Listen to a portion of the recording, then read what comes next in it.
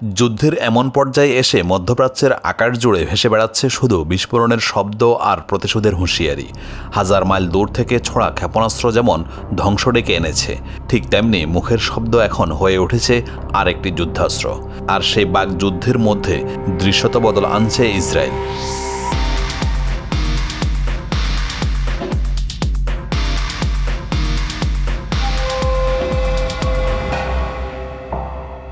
যুদ্ধের মুখে দাঁড়িয়ে এবার আচমকা সুর নরম করেছেন দেশটির প্রতিরক্ষামন্ত্রী ইসরায়েল কাটজ।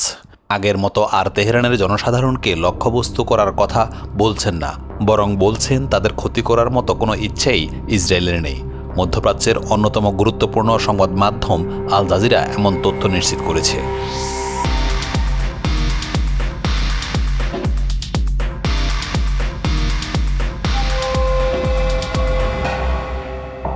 এই বিবৃতি এমন সময় এসেছে যখন ইরানি পার্লামেন্টের স্পিকার মোহাম্মদ বাকের গালিবাফ খোলাখুলিভাবে হুঁশিয়ারি উচ্চারণ করেছেন।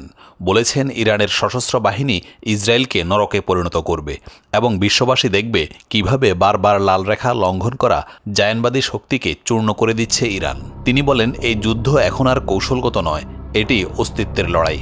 শত্রু যেই কোনো রকম নৈতিকতা ও সীমানা মানে না, সেই শত্রুকে পেছনে ফেলতে হলে শুধু অস্ত্র নয়, চাই দুর্বার সংকল্প।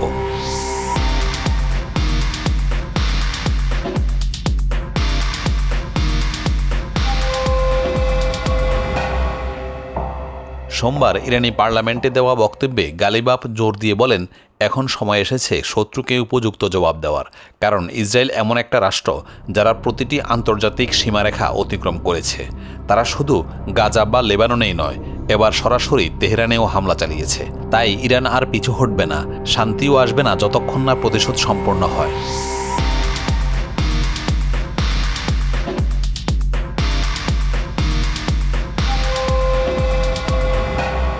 একই দিনে ইসরায়েলের প্রতিরক্ষামন্ত্রী কাটজ এক্সে লেখেন, আমাদের উদ্দেশ্য তেহরানের মানুষকে শারীরিকভাবে ক্ষতি করা নয়। অথচ এই একই ব্যক্তি আগের দিন বলেছিলেন, তেহরানের জনগণকে শাসকের দোষে মূল্য দিতে হবে এবং নিরাপত্তা অবকাঠামো যেসব এলাকায় রয়েছে সেই সব অঞ্চল থেকে সরে যেতে হবে। এই দ্রুত ভুলবদল কেবল যুদ্ধক্ষেত্রে নয়, কূটনৈতিক অবস্থানও বড় পরিবর্তনের ইঙ্গিত দিচ্ছে।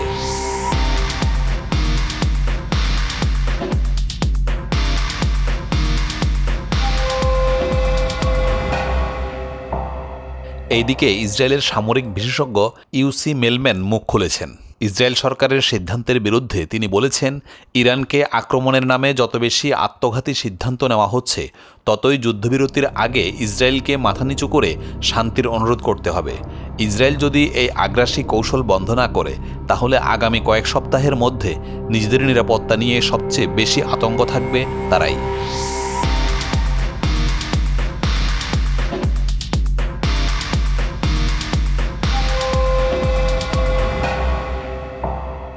কারণ ইরান শান্তিপূর্ণ পারমাণবিক কর্মসূচি থামায়নি, বরং আরও জোরদার করেছে। পররাষ্ট্র মন্ত্রণালয়ের মুখপাত্র ইসমাইল বাগায়া বলেছেন, আন্তর্জাতিক চুক্তি অনুযায়ী আমাদের কর্মসূচি বৈধ এবং তাকে বন্ধ করতে পারবে না। যার অর্থ হচ্ছে ইসরায়েলের ভয়ভীতি, ক্ষেপণাস্ত্র অথবা বোমা কোনো কিছুই ইরানকে থামাতে পারছে না। এই অবস্থায় কেবল সামরিক নয়, বড় ধরনের কূটনৈতিক সংঘর্ষ শুরু হয়ে গেছে। এই সংঘাত এখন কেবল দুই দেশের মধ্যে সীমাবদ্ধ নয়, বিশ্বশক্তিগুলোর অবস্থান, জোর এবং আগাম বিশ্ব ব্যবস্থা পুনর্গঠনের দিকে গড়াতে শুরু করেছে।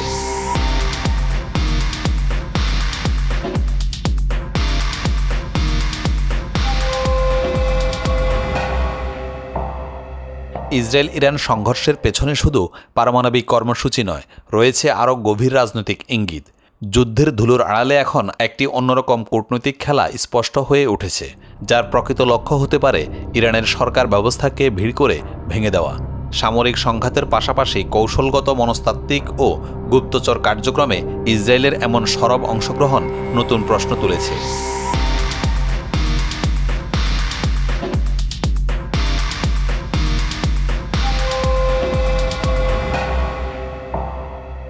ইসরায়েল কি বাস্তবিকই কেবল নিউক্লিয়ার রেডলাইন রক্ষা করেছে, নাকি এটি একটি সরকার পরিবর্তন কৌশলের অংশ? যুক্তরাষ্ট্রভিত্তিক গবেষণা প্রতিষ্ঠান মিডল ইস্ট ইনস্টিটিউটের সাম্প্রতিক আলোচনায় এই প্রশ্ন উঠেছে কেন্দ্রবিন্দুতে।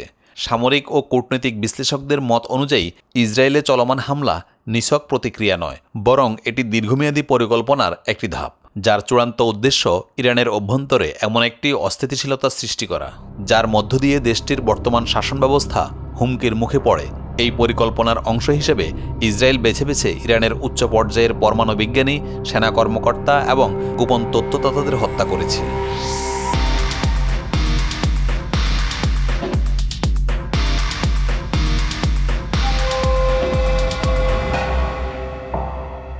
তেহরানে যখন একের পর এক সামরিক অফিসে বিস্ফোরণ ঘটেছে, তখনই হঠাৎ মুখোশ খুলেছে একাধিক বিশ্বাসঘাতক চক্রের। ইরানে ইতিমধ্যে গ্রেপ্তার হয়েছে ৫ জন ইসরায়েলি গুপ্তচর এবং আরও কয়েকজন সন্দেহভাজন। এরা ইরানের অভ্যন্তরে বসে রাষ্ট্রীয় স্থাপনায় ছবি তুলেছিল, সামরিক নথি পাচার করছিল এবং ইসরায়েলের ক্ষেপণাস্ত্র হামলার লক্ষ্যের তথ্য দিচ্ছিল বলে অভিযোগ উঠেছে। বিষয়টি একেবারে হালকা নয়, কারণ একটি গাড়িও জব্দ করা হয়েছে, যেটিতে বিদেশি গোয়েন্দা সংস্থার সরঞ্জাম পাওয়া গেছে। এই ধরনের ঘটনা শুধু বর্তমান যুদ্ধ নয়, এর গভীরে থাকা রিজাইন চেঞ্জ অপারেশন, অর্থাৎ সরকার পতনের লক্ষ্যে বিস্তৃত ষড়যন্ত্রের দিকে ইঙ্গিত করছে।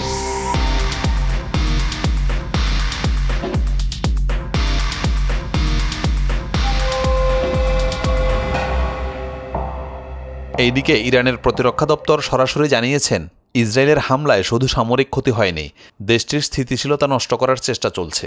ইরান এই অবস্থায় নিজের কূটনৈতিক জোট শক্তিশালী করার চেষ্টা করছে। রাশিয়া, চীন, কাতার ও ওমানের সঙ্গে একাধিক জরুরি বৈঠক হয়েছে, যেখানে যুদ্ধ না থামা পর্যন্ত আলোচনায় না বসার নীতিগত অবস্থান তুলে ধরা হয়েছে।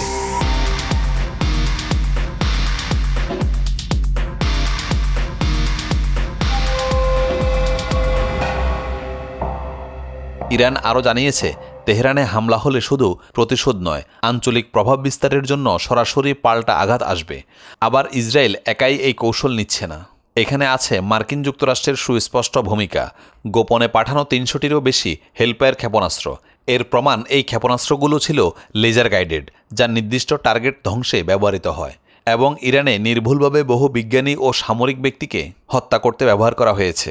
মার্কিন প্রতিরক্ষা মন্ত্রণালয় এই সহযোগিতা করলেও প্রকাশে তার স্বীকার করেনি। তবুও বিশ্লেষকদের মতে এত বড় আকারের অস্ত্র সরবরাহ, তথ্য বিনিময় এবং আকাশসীমা ব্যবহারের বিষয়গুলো প্রমাণ করে যুক্তরাষ্ট্র এই আক্রমণের পরিকল্পনায় আগেভাগে জড়িত ছিল।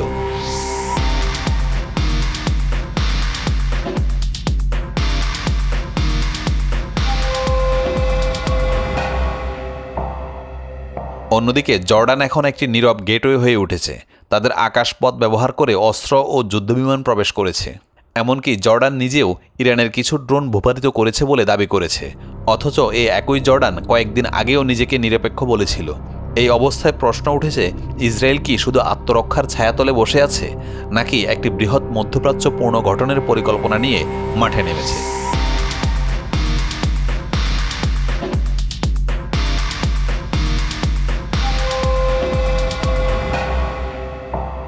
ইরান এই প্রশ্নের জবাব দিতে শুরু করেছে ক্ষেপণাস্ত্র দিয়ে। তবে তার আরও বড় জবাব আসবে ভেতরের বিশ্বাসঘাতকদের নির্মূল যুদ্ধনীতির পূর্ণরূপের মাধ্যমে। কারণ স্পষ্ট করে বলা হয়েছে, যতদিন পর্যন্ত ইসরায়েলের বিরুদ্ধে প্রতিশোধ শেষ না হয়, ততদিন পর্যন্ত শান্তির আলোচনা অসম্ভব। এবং এই অঘোষিত শর্তই এখন পরবর্তী বিস্ফোরণের মূল ইশারা।